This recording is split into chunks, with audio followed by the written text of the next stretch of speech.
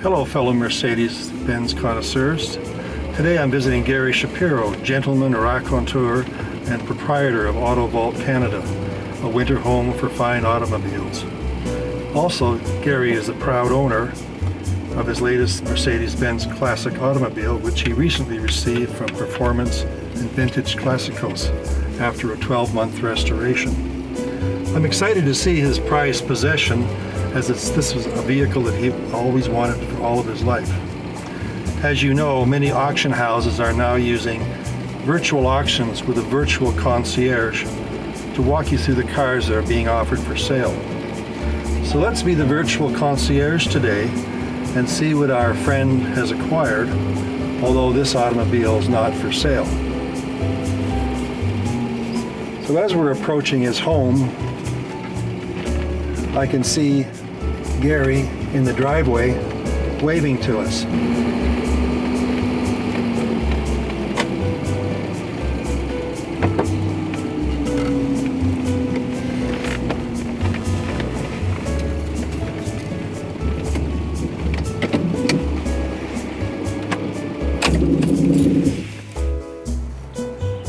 Hello Gary, it's been a while and I see you're well, and your smile indicates you've got something very special for us today.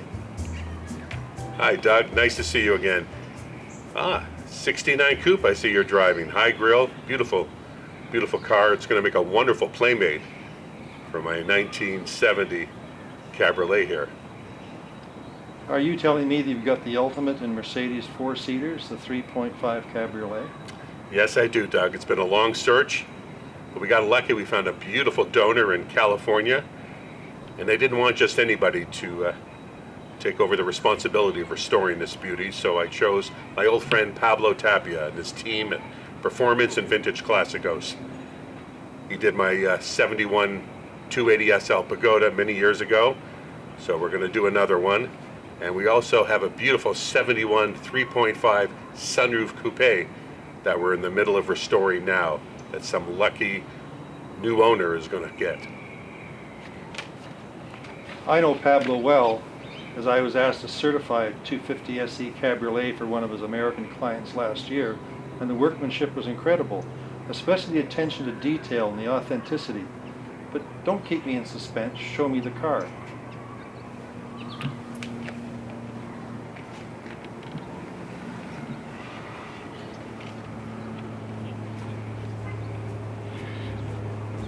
Thank you for taking the time to come visit me today.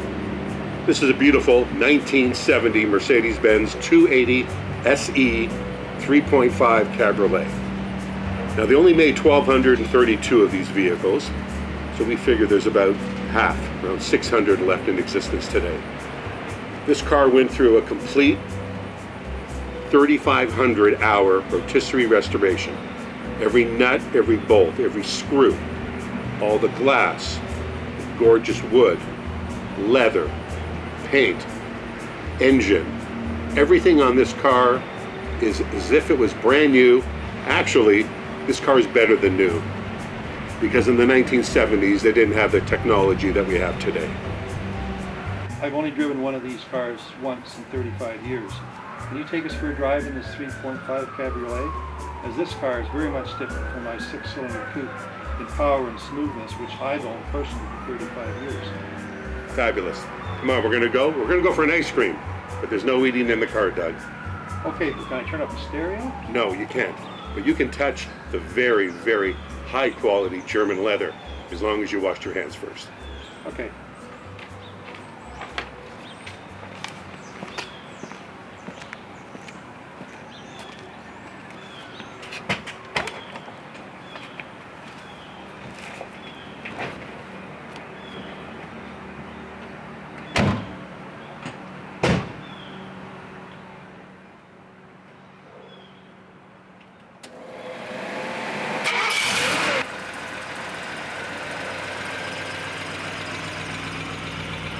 Phenomenal motor car.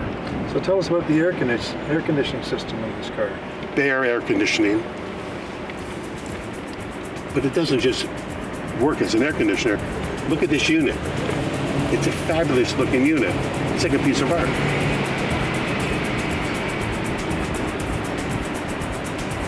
And the radio? Well, that's one of those Becker radios. Yeah, Becker Europa. AM, FM, original radio, all reconditioned by Becker. Speakers front and rear.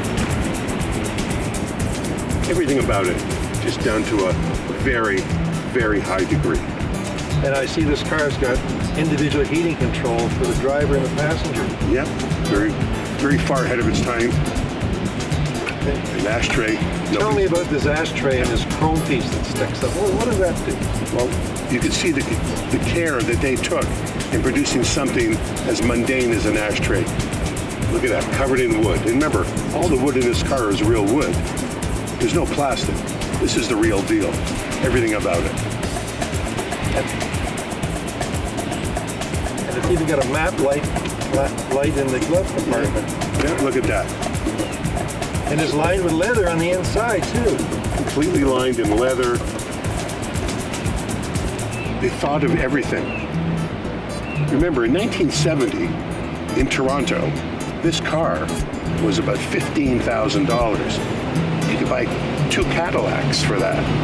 So it really shows you this car was not just for anybody. You had to be special. You had to be in a position in life where you could afford the best. And this car was and is, without doubt, beyond the best. And tell me about the wood in this car. It's beautiful. What's the name of this wood? You know? Is that Macassar? Macassar wood, all original wood, all redone in-house by Pablo's team at Performance Vintage Classicos. Beautiful. This car really is about the wood and the leather and the chrome, attention to details.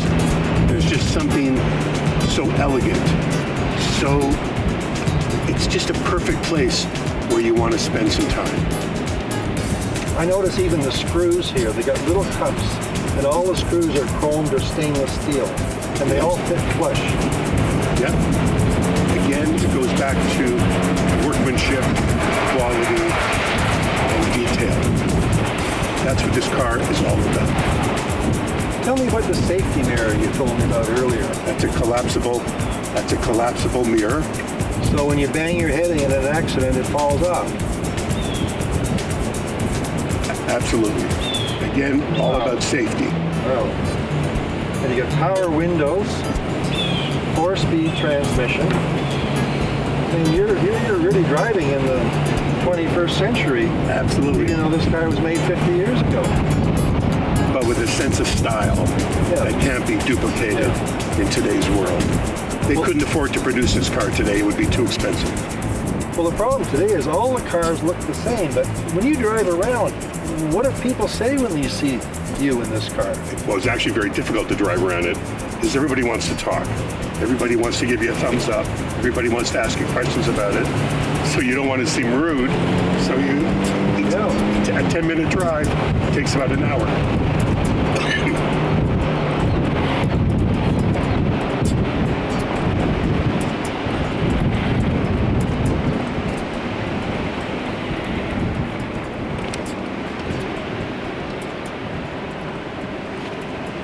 I see on the floor here you've got custom fitted maps of the cocoa mats, just like they had 50 years ago. That looks really, really cool.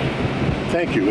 It's a period piece, and they were designed in a certain way so that any dust would fall between the way the cocoa mat was woven.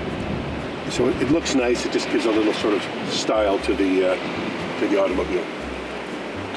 Well, thanks very much for the drive. This is just a magnificent automobile, proud to be anywhere in the boulevards of Paris or downtown Toronto. Doug, thank you. Thank you.